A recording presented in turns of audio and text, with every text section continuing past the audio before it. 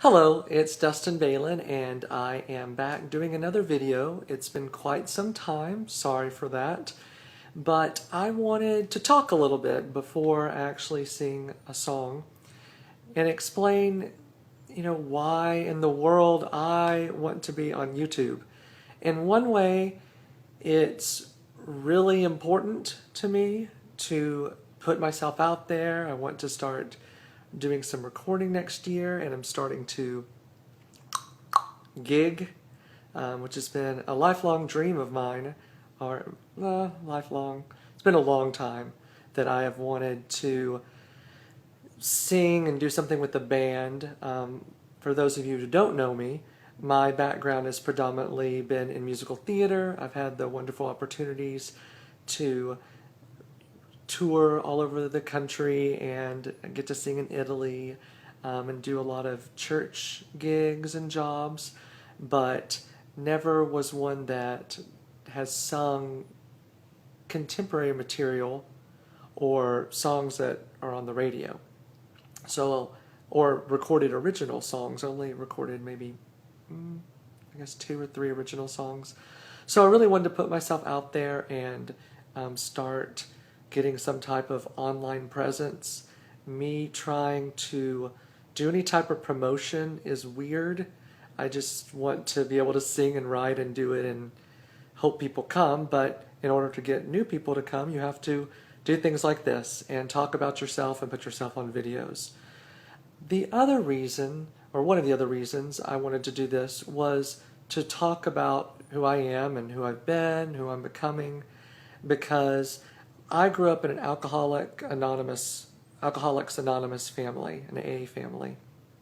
And a part of that culture and a part of my heritage is sharing your story. The good, the bad, the ugly, the in-between, the gray, the white, every color, every scenario. Sharing it, because when you share the darkness, it does make way for the light. It also liberates others to do the same. Unfortunately in life there are a lot of masks, a lot of artifice, and when you share something that you feel you're the only one that has endured that and see that other people have, it makes you feel less alone and it demystifies the monster. So I wanted to share some of that. Talking to a camera, or in this case a phone, is very foreign to me. I've done a lot of musical theater, but you don't have an object in your face, so I don't know, sometimes I'm like an 8-year-old and hey, hello, and looking at the camera, I don't know to look away, look. So this is a very new medium for me, so bear with me. I also wanted to address, there are a couple of criticisms of my first video, and I just wanted to openly address those, hopefully in kind of a funny way. One was a friend of mine, and his criticism was valid about the camera, and there was an echo, and I just want to be really clear right now that I am very low tech. I'm not a fancy person. This is even more low tech than the last video because I'm just doing it with a phone. But for now, it's just as though you're sitting, which you are right now, in my living room, and I'm going to talk to you and sing a song. That's really what it is right now. There's no editing, there's no redoing, everything's done in one take, and that's how it'll be for a bit. Maybe if this takes off or I keep doing some videos, I'll get some more equipment and we'll do some fancy editing. So for now, bear with me while I learn this and put this out there. It's a little daunting because you put this out in the world and people can say anything they want. The other one was on my brother Angry Patrick's website, he's a comedian and I love him dearly. Someone wrote, he, meaning me, is very talented but a little gay. Well, the only thing I can think to say to that is a little gay. That's like being a little pregnant. You either are or you are not. So to be clear, I am gay. I have been out for a very long time. I jokingly say my umbilical cord was a boa. My favorite color as a kid was periwinkle. I watched Jem and the Holograms. Hello, not a big leap. So if for some reason you have an issue with gay people, then this is probably not the artist, this channel, the songs to follow, to watch, to listen to. So I'm a whole lot of gay. Okay. Um, that just makes me laugh. So I also wanted to talk a little bit about something that has a lot of stigma, and that's mental illness. Now, this isn't a downer conversation. This isn't something that I am trying to act as though I'm a martyr, I'm the only one going through this. But I talk about it because it has such stigma surrounding it, and people don't like to talk about it because it's very nebulous. So, my story, and something I want to share because I think it liberates others to do the same, is I have a mental illness. I came out of another closet, or an AA. Hello, my name is Dustin, and I have a mental illness. Hello, Dustin. That was a weird sounding door. WD-40.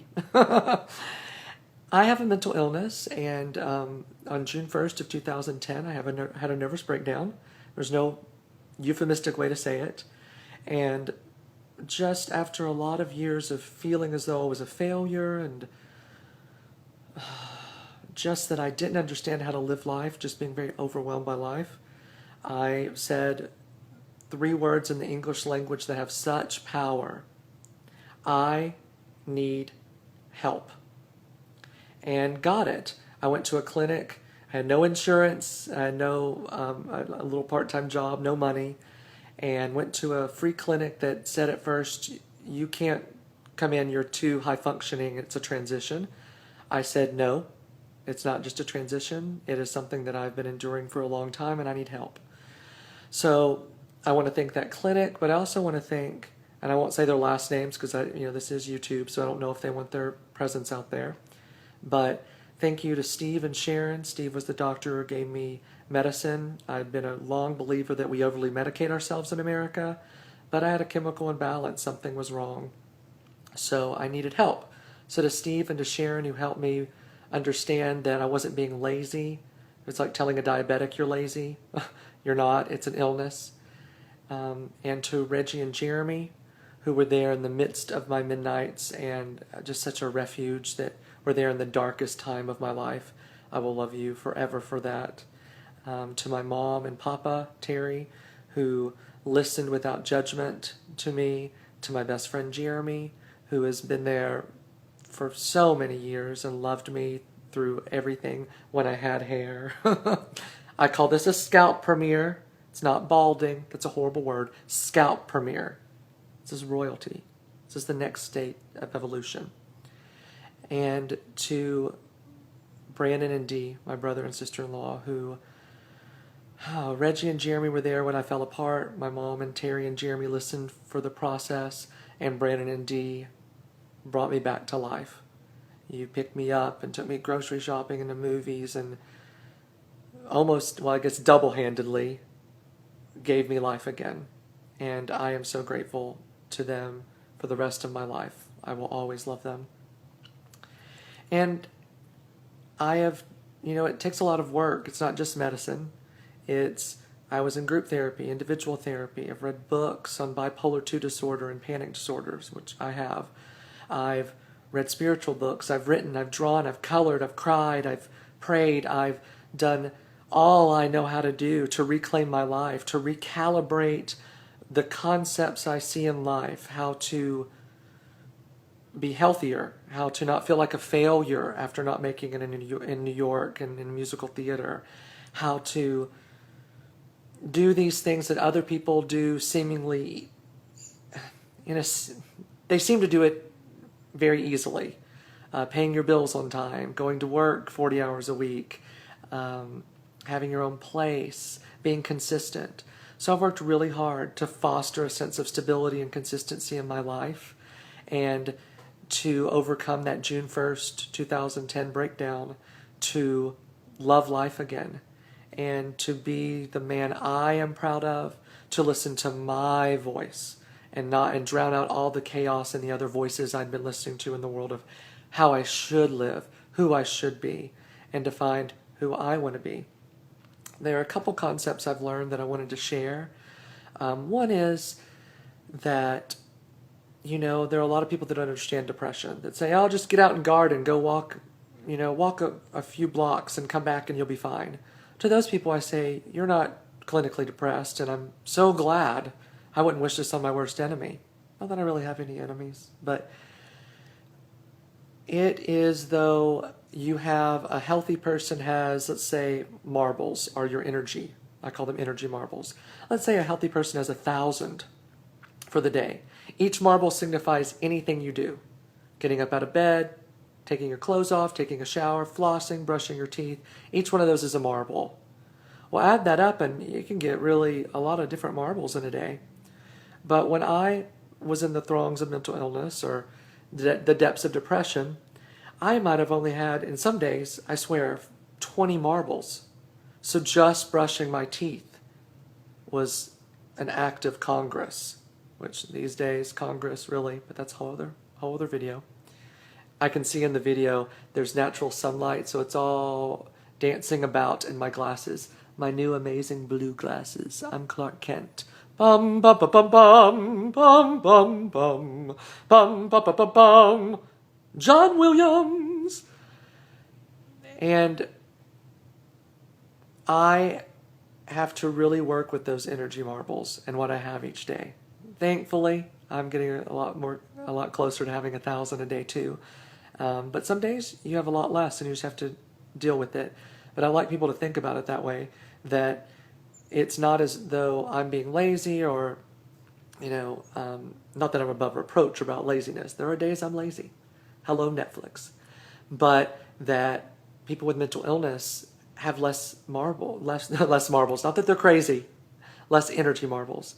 Another thing that I came up with is imagine your psyche as a castle, and healthy people want to leave the castle and go out and meander in the beautiful field, because of course the castle is surrounded by a moat. They want to go out, play in the field, and have a lovely day and a great night. Your drawbridge naturally goes down. That's a drawbridge noise. Mine didn't work for a while. So I could look out across the moat and see I want to go out in the field and frolic and be healthy and play and be a high-functioning individual in life. My drawbridge didn't work. It's not that I didn't want to walk around the block and, do something to get healthier. I couldn't. My drawbridge didn't work. So thankfully, I have more energy marbles. My drawbridge works now. And I'm so thankful to have the best support system in the world. Again, thank you to Steve, Sharon, Reggie, Jeremy, Mama, Papa, Jeremy, the other Jeremy, and Brandon and Dee. You have been there for me and will continue to be so. And I love you very much. I just wanted to take a moment, this impromptu video just on a phone, and share with you some of my story. I want to honor the gift I've been given. I could not sing throughout my life. That's not being self-effacing. I was atrocious. My choir director says I could sing 3 notes. The rest of the ones we would highlight or circle, and I would lip sync in the concerts. And I would come up to Miss Taylor every day, "Did I do better? Did I do better?" And then out of the blue in 8th grade, my voice changed. And I could sing like that.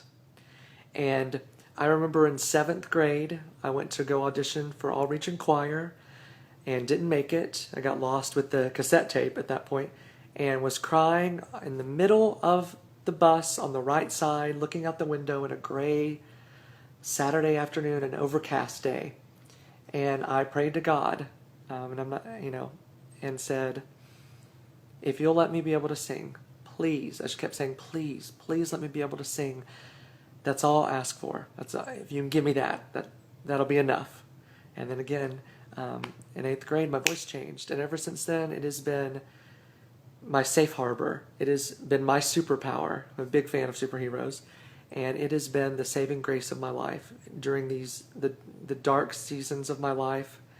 It has empowered me, calmed me, emboldened me, been a security blanket, and been my umbilical cord to purpose. It connects me to divinity. Whatever you may believe that is, music is that for me. So I wanted to share about the mental illness and about why I'm on YouTube, and trying to share my story and start recording some original material. On October 10th, 2015, this year, it's a Saturday evening at 8 p.m. If you happen to be in the downtown Little Rock area, I'm going to have my first gig with the band, a bass player and drums and a piano. What? Doing all pop material. What is happening? And that's what these videos are about. If you happen to like what you're hearing, seeing, hello, subscribe to the channel, share it on any social media, follow my Facebook music page, just search for Dustin Balin. I also have a blog, a WordPress blog on there that chronicles my life called the Dustin Balin Chronicles. And I'm going to start adding more YouTube videos of original material and some pop songs and just trying to find my voice and sharing that. So the song I'm going to share with you is one that I've sung for years. I'm just going to sing it a cappella. It's called When I Heal, and it is so appropriate, and I dedicate it to anyone that has mental illness. If you feel like you cannot get through it and you're hopeless, there is always hope. Say, I need help. Reach out. Find a clinic. Research online. Get the help you want. I have reclaimed my life and am the happiest I've ever been and cannot believe it. I honestly felt like my soul was 87 years old and I was done. And just a few years later, I am okay. I am living life and loving it. So thank you for watching, for listening. Feel free to share this, and I really appreciate it. And here is When I Heal.